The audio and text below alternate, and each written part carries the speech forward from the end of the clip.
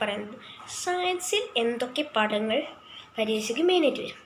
പരീക്ഷയ്ക്ക് മെയിനായിട്ട് തന്നെ നമ്മുടെ ഏറ്റവും അവസാനത്തെ പാഠം വരും. അത് ഏറ്റവും പ്രധാനമാണ്. അതിൽ എല്ലാ വിഷയവും പഠിച്ചു വെക്കുന്നത് വളരെ അത്യാവശ്യം. പിന്നെ വരുന്നത് എന്ന് പറയുന്നത് പ്രകൃതിയുടെ ഇതെല്ലാം പറഞ്ഞിട്ട് പ്രകൃതി ദത്തമായ ചുറ്റുപാട് എന്നതിനെ അനുബന്ധിച്ചിട്ടുള്ള ഒരു പാഠം. എന്താണ് പ്രകൃതി എന്നതെല്ലാം പഠിക്കും. ആ സെക്കൻഡ് പാർട്ടിലെ എല്ലാ പാഠവും കൊല്ലപ്പരീക്ഷയ്ക്ക്. കൊല്ലപ്പരീക്ഷയ്ക്ക് മെയിനായിട്ട് വരുന്ന പാഠങ്ങൾ സയൻസത്തെ ആ രണ്ടാം ഭാഗത്തെ പാഠമാണ്. അതെല്ലാവരും ശ്രദ്ധിക്കേണ്ടതും കൂടിയാണ്. ഈ പാഠം എന്തായാലും മെയിനായിട്ട് വരും. സയൻസ് 30 മാർക്ക് സ്കോർ ചെയ്യാൻ ഈ പാഠം തന്നെ ധാരാളമായിരിക്കും.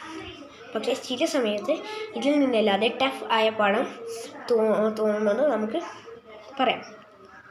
ടഫായി തോന്നുന്നതെന്ന് പറഞ്ഞാൽ അടുത്ത കഴിഞ്ഞ പാഠത്തിൽ ഏറ്റവും അവസാനത്തെ പാഠം ഭയങ്കര ഈസി. നമ്മൾക്ക് ഈ ടീച്ചർ പഠിപ്പിച്ചു തന്നതിന് ശേഷം ഏറ്റവും എളുപ്പമായ പാഠങ്ങളെല്ലാം കൊല്ലപ്പരീക്ഷയ്ക്ക് വരുന്നത് കുറവായിരിക്കും.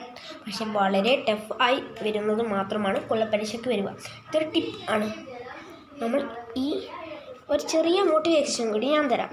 നിങ്ങൾ ഈ പരീക്ഷയ്ക്ക് ജയിച്ചു വേണം നിങ്ങളെ അമ്മമാരെ സന്തോഷിപ്പിക്കാനും എത്ര വേണം സന്തോഷവും ലഭിക്കുന്നതെന്ന് നമുക്കറിയാം.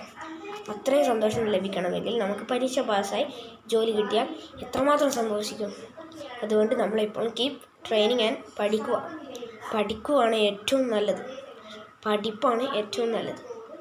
ഓക്കെ,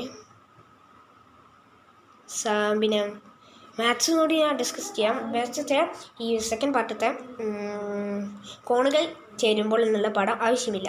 ബാക്കിയുള്ള എല്ലാ പാഠവും മെയിനായിട്ട് പഠിക്കണം. കോണുകൾ ചേരുമ്പോൾ ഉള്ള പാഠം കുറച്ച് മാത്രം പഠിച്ചാൽ മതി. ബാക്കിയുള്ള എല്ലാ പാഠവും പഠിക്കാം. പിന്നെ കോണുകൾ എന്ന് പറഞ്ഞാൽ ഏറ്റവും ഫസ്റ്റ് ഉള്ള പാഠം കോണുകൾ എന്ന് പറഞ്ഞാൽ ആ പാഠം പഠിക്കേണ്ട ആവശ്യമില്ല. ആ ജസ്റ്റ് ഒന്ന് നോക്കിപ്പോയാൽ തന്നെ തരമാണ്. ദശാംശം രൂപം എന്ന പാഠമെല്ലാം മെയിനായിട്ട് പഠിക്കാൻ ഉള്ളത്. അപ്പോൾ ഗായ്സ്, ഞാൻ വീഡിയോ അവിടെ അവസാനിപ്പിക്കുകയാണ്. ലൈക്കും ഷെയറും സബ്സ്ക്രൈബും ചെയ്യുന്നത് നിങ്ങൾക്കും നല്ലതാണ്. എൻ്റെ പുതിയ ഇതേപോലെയുള്ള വീഡിയോസ് കാണാൻ ലൈക്കും ഷെയറും സബ്സ്ക്രൈബ് ചെയ്യുക. നന്ദി, നമസ്കാരം.